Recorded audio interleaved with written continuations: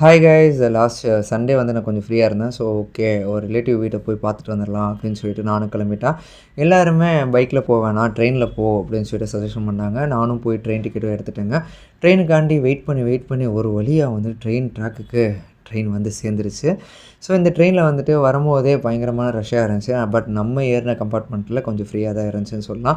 Travel டைமில் பசிக்குமே அப்படிங்கிற ஒரு காரணத்துக்காண்டி அங்கே வித்துட்டு இருந்த அன்னாச்சி பழத்தை எடுத்து சாப்பிட்டேன். ஸோ சாப்பிட்டுட்டு இருக்கும்போது ஸ்டேஷனும் வந்துருச்சு. நானும் அந்த அன்னாச்சி பழத்தை சாப்பிட்டுக்கிட்டே எக்ஸ்லேட்டரில் ஏறி ஒரு வழியாக அவங்களோட வீட்டுக்கும் ரீச் ஆகிட்டேன்.